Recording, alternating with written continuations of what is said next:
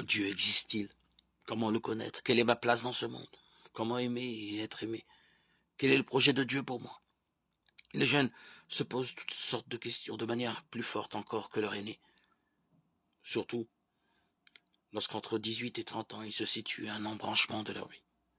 Si la culture de l'engagement durable est beaucoup moins forte qu'autrefois, les jeunes se portent majoritairement vers une diversité d'engagements ponctuels qui leur permettent d'être utiles, de s'épanouir, d'avoir une pluralité d'expériences.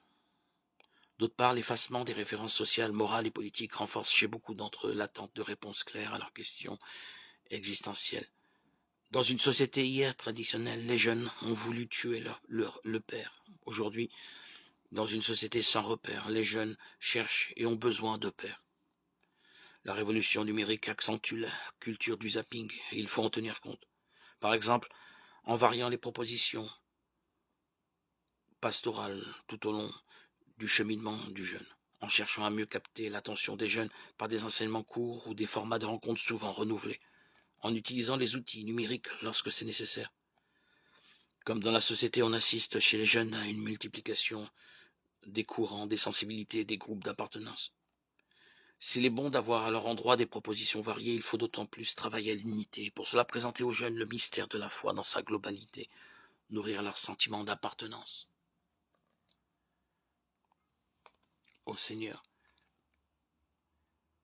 Il faut donc aider les jeunes à lutter contre la culture du provisoire et les faire grandir en autonomie. Il est indispensable de leur confier progressivement des responsabilités. Les jeunes ne sont pas l'avenir, mais le présent. Il existe différentes formes d'accompagnement qui vont varier selon l'âge du jeune et le lieu d'accompagnement. Un accompagnement éducatif, tout d'abord, c'est celui par lequel on aide un jeune à devenir adulte, à relire son histoire, à se connaître avec ses ombres et ses lumières.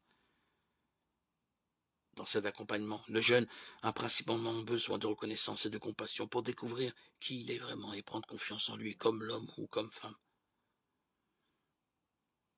auquel il a été destiné. Devenir chrétien doit être suivi d'un accompagnement. Et cet accompagnement invite à la prière pour être intégré dans la communauté selon le point où en est la personne. Cet accompagnement spirituel concerne davantage le jeune qui se sent à la croisée des chemins, qui réfléchit à sa vocation, à son métier, qui cherche à faire la volonté de Dieu. Il s'agit de faire grandir la liberté du jeune en l'aidant à voir quels sont ses attraits, ses peurs, ses tentations.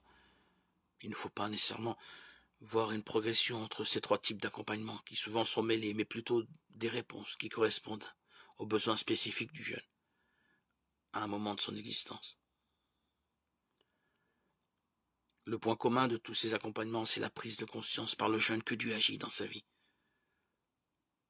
Lorsqu'il devient capable de voir cela et de le discerner à travers des événements précis, le jeune devient véritablement adulte dans la foi. Et un chrétien qui devient adulte restera jeune toute sa vie.